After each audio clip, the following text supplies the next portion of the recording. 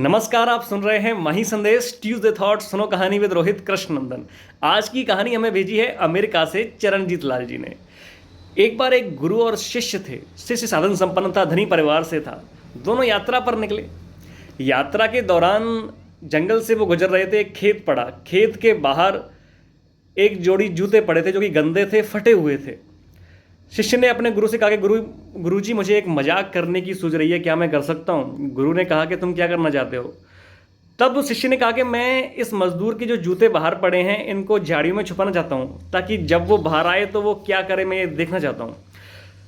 तब गुरु ने शिष्य से कहा कि ऐसा करके तुम्हें क्या मिलेगा? कुछ ऐसा करो ना कि जिससे तुम्हें भी आनंद मिले और उस मजदूर को भी आनंद मिले। तब शिष्य ने कहा कि गुरुजी आप बताइए मैं क्या करूँ? तब गुरुजी ने कहा कि तुम ऐसा करो, इस मजदूर के जूतों में कुछ रुपए डाल दो। शिष्य ने ऐसा ही किया।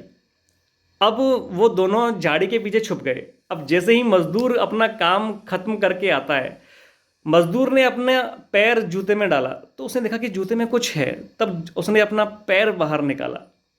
पैर बाहर निकालते ही मजदूर ने देखा कि इसके अंदर तो रुपए हैं। अब उसने रुपए अपने हाथ में लिए, इधर उधर देखा।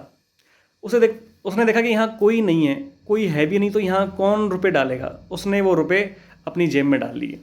अब उसने अपना दूसरा पैर डाला तो उसके अंदर भी रुपए। अब उसने रुपए हाथ में लेकर भगवान की ओर देखा और उसकी आंखों में खुशी के आंसू थे। उसने भगवान से कहा कि भगवान, मैं आपका ये एहसान कभी नहीं चुका पाऊंगा, क्योंकि आज मेरे पास ना तो मेरी बीमार पत्नी की दवाई के लिए पैसे थे, ना ही मेरे परिवार के भोजन के लिए पैसे थे। आज आपने इस विपत्ति में मेरी जो सहायता की है, मैं इसका उपकार कभी नहीं भूलूंगा। अब शिष्य, जो वो झाड़ी के पीछे सब बातें सुन रहा था, अपने गुरु के चरणों में लौट गया और गुरु से बोला कि गुरुजी, आज आपने मेरी आंखें खोल दी। मैं समझ गया हूं कि जो सुख देने में है वो कहीं भी नहीं है। निस्वार्थ भाव की सेवा ही इस जिंदगी में काम आती है।